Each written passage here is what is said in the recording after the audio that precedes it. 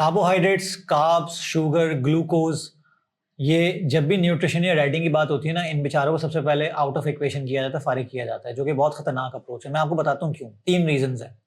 सबसे पहला रीजन ये है कि कार्बोहाइड्रेट्स या ग्लूकोज या शुगर्स आपकी बॉडी का सबसे पहला सबस्ट्रेट, सबसे पहला एलिमेंट होता है जो आपकी बॉडी यूज करती है, रेडिली अवेलेबल करती है एनर्जी प्रोड्यूस करने के लिए, जो आपकी बॉडी को चाहिए होती है। अब ये एनर्जी 3 तरह से स्टोर होती है, 3 तरह से यूज होती है कार्बोहाइड्रेट से जो आती है। सबसे पहले आपकी बॉडी में जो भी अभी काम हो रहे हैं, जिसके लिए आपकी बॉडी को एनर्जी चाहिए, फौरन के फौरन उसके लिए यूज अप हो जाती है। दूसरा, जो यूज अप नहीं होती, जो ज्यादा मिकदार में होती है, वो ग्लाइकोजन के तौर पे स्टोर हो जाती है। अब ये ग्लाइकोजन 2 जगह स्टोर होता है, आपके मसल मास में और आपके लिवर में। 20-30% लिवर में होता है, 70-80% मसल मास में होता है।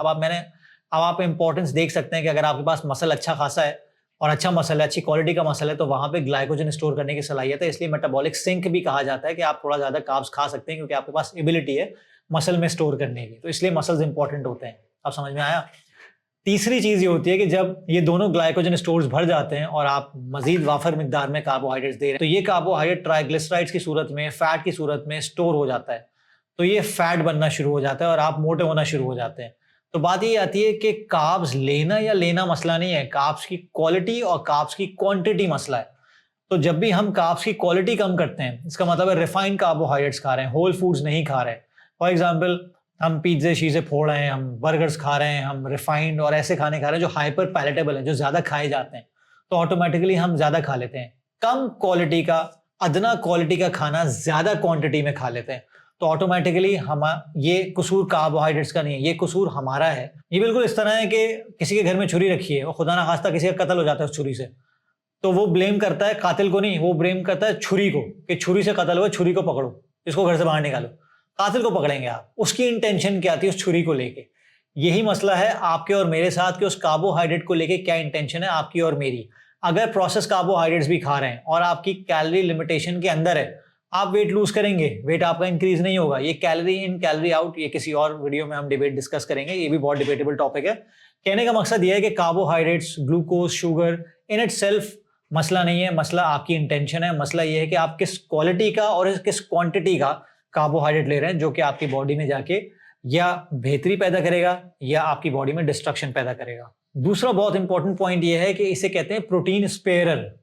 इसका मतलब सिर्फ ये है कि जब आपकी बॉडी में होता है ना, तो ये आपके बॉडी के में जो मौजूद प्रोटीन होता है, जो मसल मास होता है, उसको नहीं छेड़ता, उसको स्पेयर करता है। स्पेयर का मतलब ये है कि उसको जहमत नहीं देता। इसका मतलब है कि अगर आप बहुत ज्यादा कैलोरी रिस्ट्रिक्टेड डाइट पे हैं और कार्ब्स ना होने के बराबर हैं और आप बहुत ज्यादा वर्कआउट कर रहे हैं और हाई इंटेंसिटी वर्कआउट आपने करना शुरू कर दिया, फैट ऑक्सीडेशन नहीं हो रही है, तो आपकी बॉडी मोस्ट लाइकली हो सकता है कि आपके मसल को ब्रेक करना शुरू कर दे, क्योंकि आपके मसल अमीनो एसिड से बना हुआ है, जो कि प्रोटीन से आता है।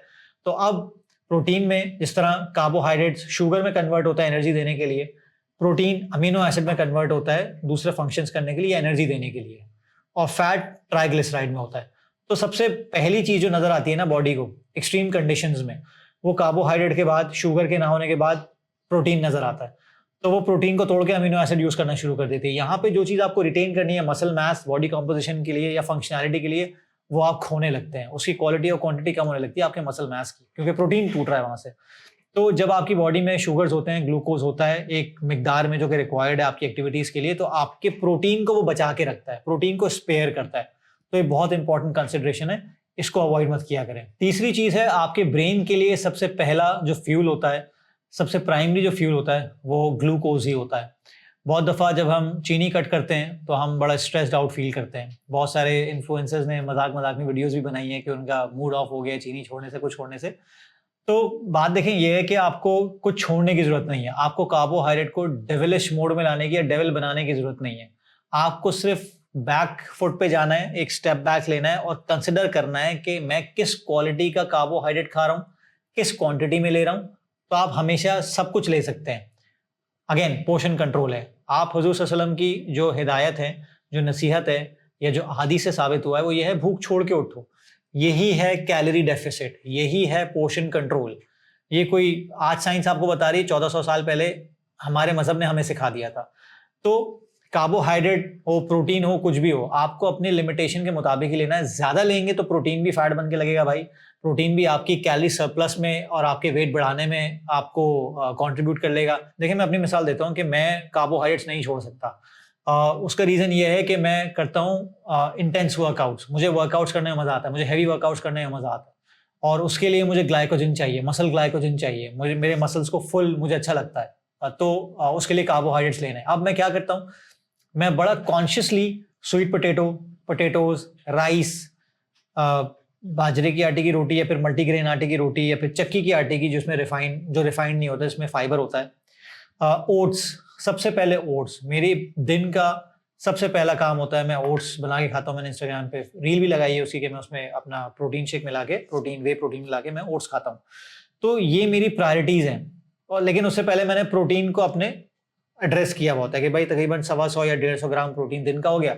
उसके बाद मैं अपना देखता हूँ कितने कार्ब्स मुझे लेने हैं। 500 ग्राम भी हो सकता है, 600 ग्राम भी हो सकता है, डिपेंड करता है कि मैं किस फेज में हूँ, बल्क करना चाह रहा हूँ। बहुत दफ़ा ऐसा होता है कि किसी हैवी डे पे मैं ज़्यादा कार्ब्स ले लेता हूँ, और डिपेंड करता है, उसे कार्ब साइक्लिंग कहते हैं, वो किसी और वीडियो में। तो बताने का मकसद ये है कि कार्बोहाइड्रेट्स दुश्मन नहीं है भाई, सोच समझ के काम किया करें, अंधाधुंध किसी ट्रेंड पे ना चल जाया करें, क्योंकि हर बंदा अपनी दुकान चमका के बैठा है, हर बंदा अपना मंजन बेच रहा है, कोई आपके फायदे के लिए नहीं बैठा हुआ। जो आपके फायदे के लिए बैठे हुए हैं, मैं बड़ा बोल नहीं बोलूंगा, लेकिन एट द एंड मुझे अफसोस होता है कि यार कम से कम अगर एक बंदे को नहीं पता तो मैं बता तो दूं उसको कि मेरे लिए जो चीज़ फायदा कर रही है, इतना तो मैं आपको बता ही सकता हूँ। तो आई होप दिस हेल्प।